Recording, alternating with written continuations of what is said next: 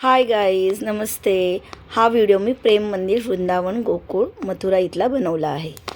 आपण चंद्रोदय मंदिराच्या इथून निघालो आणि तुम्हाला बोलले ना की आपण पुढे जाऊन दीक्षा मंदिरात जायचं आहे. ते आता आम्ही प्रेम मंदिरात येतो. ऑलरेडी टाईम झाला आहे कारण तिथे 8:30ला इकडे सगळे मंदिर. तर आपण आता प्रेम मंदिरमध्ये चाललो आहे. ॲक्च्युली ना इकडे बॅरिगेटर लागतात म्हणून रिक्षा आम्ही पाठीच थांबवली आणि आता इथून आम्ही 1.5 किलोमीटर चालत जाणार आहोत. 1.5 किलोमीटर नंतर मग ते मंदिर येणार आहे. तर चला तुम्हाला पण मी दाखवते कसं आहे. म्हणजे मला तेच सांगते की बॅरिगेटरमुळे रिक्षा आतमध्ये येत नाही, आपल्याला इथून चालत जावं लागतं. ॲक्च्युली आम्ही रिक्षाच केली आहे का काकांची. पब्लिक बघा तुम्ही, कचऱ्यासारखी पब्लिक आहे. काहीही बघायला म्हणजे लिटरली असं येतोय ना बघा.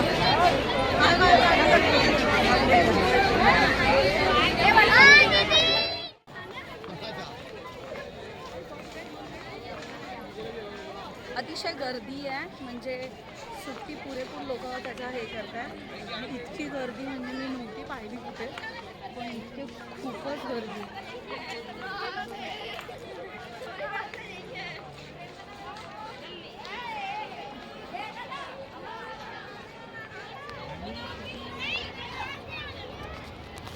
हा पूर्ण बाहेरचा आवार आहे. या बाहेरच्या आवारामध्ये सगळं किती गर्दी आहे तुम्ही बघू शकता. हा जेव्हा श्रीकृष्णाने माहिती आहे ना हे पाऊस पडत होता तेव्हा त्याने जो पर्वत उचललेला, तो पर्वताचा सीन आहे. प्रेम मंदिर म्हणजे नक्की काय आहे माहिती आहे का तुम्हाला?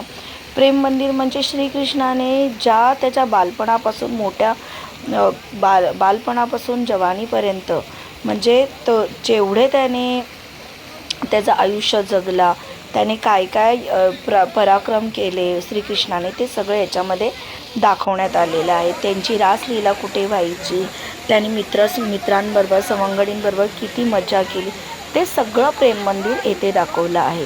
आणि असंच एक प्रेम मंदिर आपल्या पालघर जिल्ह्यामध्ये सुद्धा बनवलेलं आहे, सेम टू सेम. इथे बघा त्यांनी राधे राधे नाव लिहिलेलं आहे, सुंदर असं राधे राधे नाव लिहिलेलं आहे. आपण मोस्टली सगळे बोलतो की सकाळी या कोणाला राधे राधे, जय श्रीराम, राम राम असं बोलतो, तसं हे राधे राधे. प्रेम मंदिर आपण इतक्या लांबनं वृंदावनमध्ये बघायला आलो आणि आज इतकी गर्दी होती की तिथे पाय ठेवण्यासाठी सुद्धा जागा नव्हती. तो आवाज आणि तुम्ही बघा. पण हे सगळा जो आवार आहे ना, ते असे म्हणजे चित्रांनी भरलेले आहेत, असे स्टॅच्यू बनवलेले आहेत श्रीकृष्णांच्या बालपणाची सगळी आठवण म्हणून. तर तुम्ही बघा किती सुंदर असं हे गार्डनसुद्धा छान बनवलेलं आहे, मस्त असं. आणि आता आपण प्रेम मंदिरमध्ये एंटर करणार आहोत. खूप गर्दी आहे पण बघूया.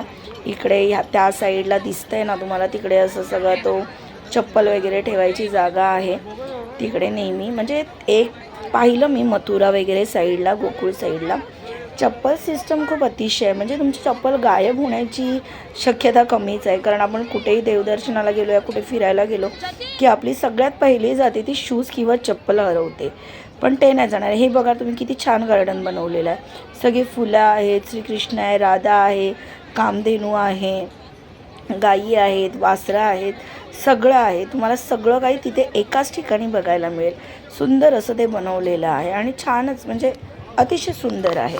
आता आपण मंदिरात जाणार आहोत, एंटर करणार. मंदिरात अतिशय भयानक गर्दी आहे.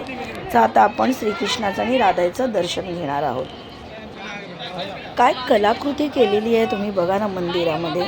म्हणजे बाहेर ना जे सुंदर कलाकृती दिसते ना, त्यापेक्षाही तुम्ही आतमध्ये याल ना, तर आतमध्ये इतकं सुंदर आहे बघा ना.